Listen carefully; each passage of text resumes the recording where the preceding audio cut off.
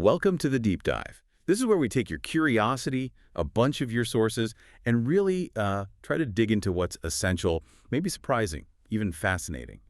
And today, we're looking at a really unique story. It kind of challenges how most of us think about, well, everything. We're exploring the life, the choices of Daniel Suelo, who most people know as Suelo, that's S-U-E-L-O, Spanish for soil. Yeah, and our guide here is Mark Sundeen's book, The Man Who Quit Money. We're working from excerpts of that. Okay, so the core idea here is pretty head-turning, like you said. Picture this. Early 21st century, a guy 39 years old. Seems pretty normal, right? College degree, no obvious major issues like addiction or serious mental illness. Right, and he goes to a payphone somewhere in the middle of the U.S., takes out his entire life savings, which, granted, was only $30. $30, that's it. Puts it in the phone booth and just walks away. And his whole reasoning, he says, I know it is possible to live with zero money. Abundantly. Abundantly. That's the kicker, isn't it? Yeah. Not just survive, but live abundantly. Yeah. Let's really try to unpack that. So our mission for this deep dive is basically to understand what drove him. What were his motivations for such a radical choice?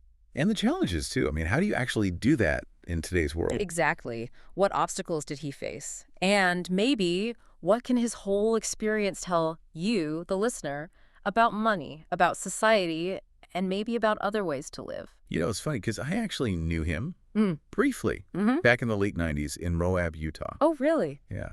Moab is one of those places, it draws people who are looking for something different, maybe feeling a bit out of sync with the mainstream. A haven for seekers, maybe dropouts, that kind of vibe. Totally.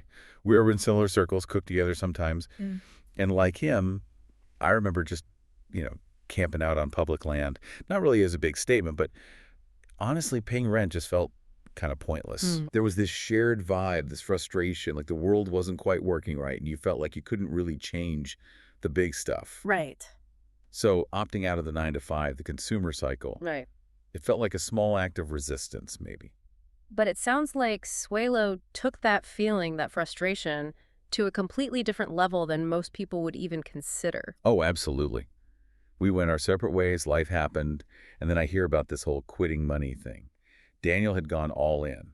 He'd rejected the very system I was still, swimming in, even if I had my own frustrations. So it made you wonder. It made me wonder, yeah. Beyond just saying no to money, what was he saying yes to? What was he embracing? What was I missing? Still stuck in the money world. That's really why I wanted to dive into his story. And when you reconnected with him in Moab, that gave you a pretty vivid picture of his new life, right? Oh, definitely. Yeah. I got back in touch. One of the first things he showed me was, well, it was abundance, but not the kind you'd expect. How so? There was this field. Apparently someone planted it thinking the world was ending after Obama got elected, then just abandoned it. Yeah. And it was overflowing. Watermelons, cantaloupe, squash, pumpkins, just like rotting in the sun. Wow. He called it melantopia. Said he'd been basically living off this forgotten harvest for months. That's incredible. It really flips the script on value, doesn't it? What our system calls waste can be immense value if you're outside that system. Makes you question scarcity versus abundance. Exactly. And his approach was so minimalist. I remember thinking, my friends and I, we would have been grabbing everything we could carry, like supermarket sweep. Uh-huh, right. But Suelo, he just carefully picked one small green watermelon. Exactly what he needed for that moment. Nothing more. A real demonstration of his principle. Totally. And it tied right into what he said. Our whole society is designed so that you have to have money. Yeah. It's illegal to live outside of it. Which brings up a huge point about how our society is structured. Everything, legally, socially, revolves around private property. If you own property, you have protections. But if you deliberately choose to have no property, like Suelo, well, the system isn't built for you. It actively works against you. He felt that completely. He talked about how deep private property runs in America, almost like it's natural law. Don't pay rent, you're out. Sleep in the wrong place, you're trespassing. Yeah. But somehow he found ways. He mentioned discovering you could camp pretty much anywhere, even near a police station, if you were just a few feet off the pavement. People just don't look, he said. So there's a kind of invisibility that comes with having nothing, maybe, but also a weird kind of freedom from conventional rules about where you can be? Yeah. And eventually he showed me his main shelter at the time, a cave. A cave, like a proper cave. Yeah, not just a little overhang. It was surprisingly big, actually. Amazing view. And he was actively trying to turn it into what he called a post-consumer hobo paradise. Using found objects, discarded things. Exactly. He was so proud of these binoculars he'd found in a dumpster. Became a bird watcher, had a sleeping pad, cooking stuff, all found. It wasn't just about surviving then, it was about creating a space, even an illegal, unconventional one. Right. He stored food, he found rice, root veggies in sealed containers in the cool cave, hung perishables in a bag, away from critters. But he was totally realistic about it. It wasn't permanent. Exactly. Yeah. He knew it's illegal, temporary. And that tied back to his core ideas. He looked around the cave and said something like, "This country says it's Christian, but it's basically illegal to live like Jesus taught." Ah, okay. So that connection between his lifestyle and his religious or spiritual views is crucial. This wasn't just social commentary. It was deeply spiritual for him. Absolutely fundamental. He grew up in a family of biblical literalists, Plymouth Brethren. Oh, okay. Very specific group. Yeah, very focused on the end times being imminent. He told these stories from childhood, like buying Christmas presents in August one year. August, why? Because he genuinely thought the Great Tribulation might start before December, and he wanted everyone to get their gifts. Their whole world was shaped by this idea of Christ returning any day. That's intense. And for listeners who might not know, the Plymouth Brethren are known for that very literal interpretation and focus on prophecy. It clearly shaped his early thinking profoundly. But interestingly, his family wasn't completely rigid. His parents, though deeply involved, father, a lay minister, mother led Bible studies. They eventually left the Brethren Why was that? because of how the Brethren treated women. So even in that strict setting, there was this questioning of authority, this sense of justice. That's significant. Then later, he went on a mission trip to Bolivia. That was a huge turning point. First time seeing extreme poverty up close. Shook his worldview. Completely. Challenged all the ideas about American exceptionalism he'd grown up with. Made him really grapple with wealth, greed, what generosity actually means. You can see the seeds being planted there, can't you? That direct experience of inequality moving things from abstract ideas to something very real and personal. For sure. And it connects to how he later viewed begging. You know, in the U.S., it's got such a stigma seen as failure. But he looked at Eastern traditions. Hinduism, Buddhism, Islam, holy figures, monks, Sufis. They often embrace begging. It's a spiritual practice.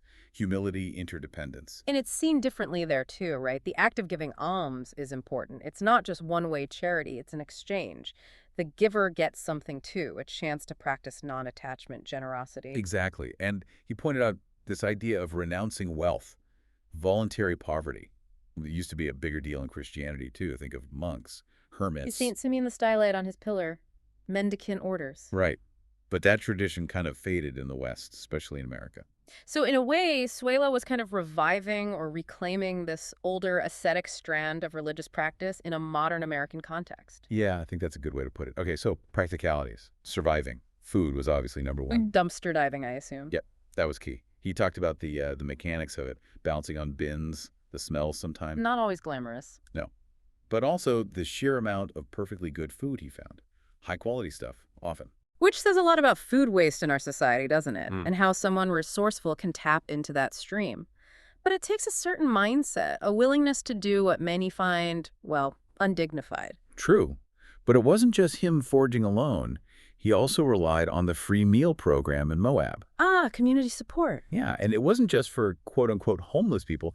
It was diverse. Climbers passing through, backpackers, folks with jobs but maybe struggling, or people who just wanted to be part of the community aspect. So the goal was broader than just feeding people, reducing waste, reducing stigma. Exactly.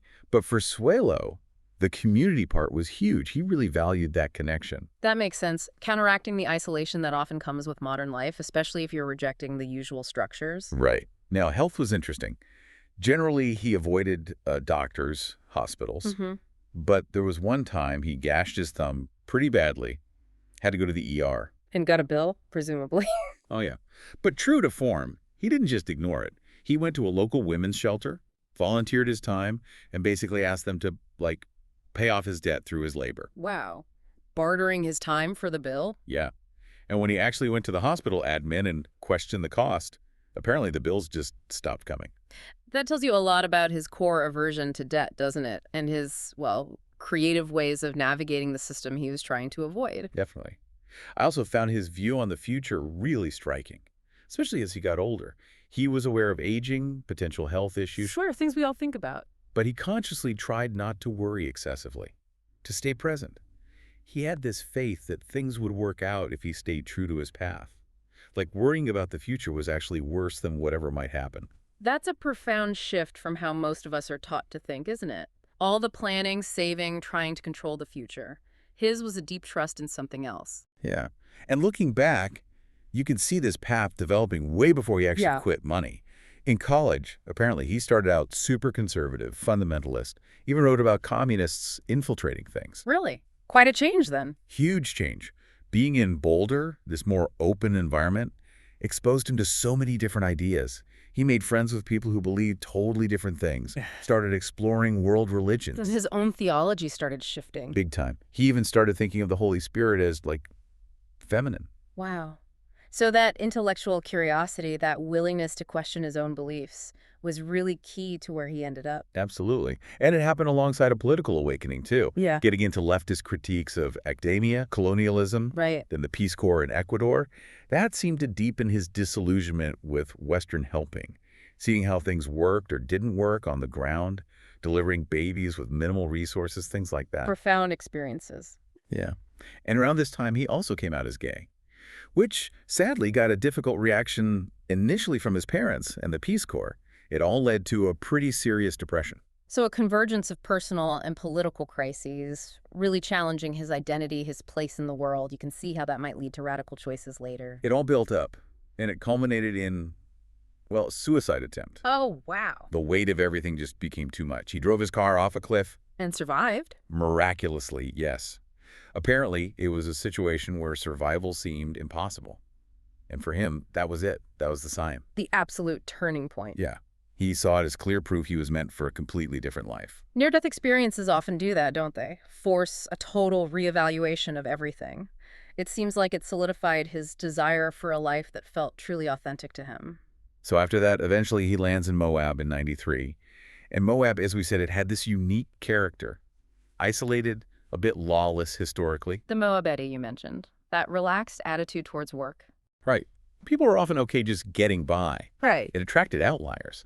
And somehow, even with zero money, Suelo fit in. He went to concerts, helped with food not bombs. So the community was somewhat receptive. Yeah, and there were communal resources like the Moab Co-op. It wasn't formally owned, it just sort of run by whoever showed up. It was a unique environment. It sounds like Moab provided maybe a uniquely supportive space for his experiment. Might have been much harder elsewhere. Probably. Oh. And his thinking kept evolving too. Yeah. He did some pretty intense things, like trying to eat a live lizard once. Seriously? Why? To try and understand that primal connection between eater and eaten, like a visceral form of Holy Communion, he thought, something found in many cultures. Okay, that's intense. Yeah. He was also really inspired by Thoreau, that idea of living deliberately. And he actively worked on his mind, weeding out negative thoughts, said it really helped his mental health. He Interesting. spent a lot of time at the Sermon on the Mount, Jesus' words about not worrying, about God providing. He kind of embraced this idea of chance is God. Trusting the unknown. Yeah. And looked to St. Francis of Assisi, his radical poverty. So he was constantly building this philosophical and spiritual scaffolding for his life, drawing from lots of different places. Definitely. And he tested it rigorously.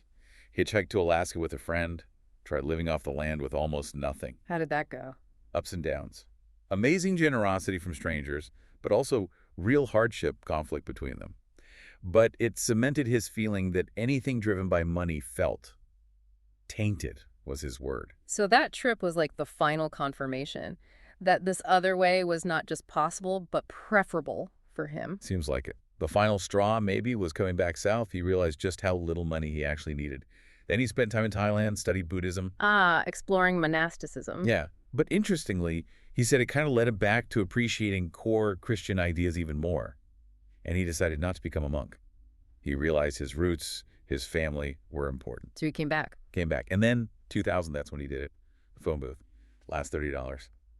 And walked away for good. Wow, what a journey. It's such a complex mix, isn't it? Personal history, deep spiritual seeking, profound dissatisfaction with, well, modern capitalist society. It really is. And he wasn't just trying to scrape by. He was asking huge questions about our relationship with money, stuff, community. And like you said, he wasn't necessarily telling everyone, go live in a cave. No, not at all.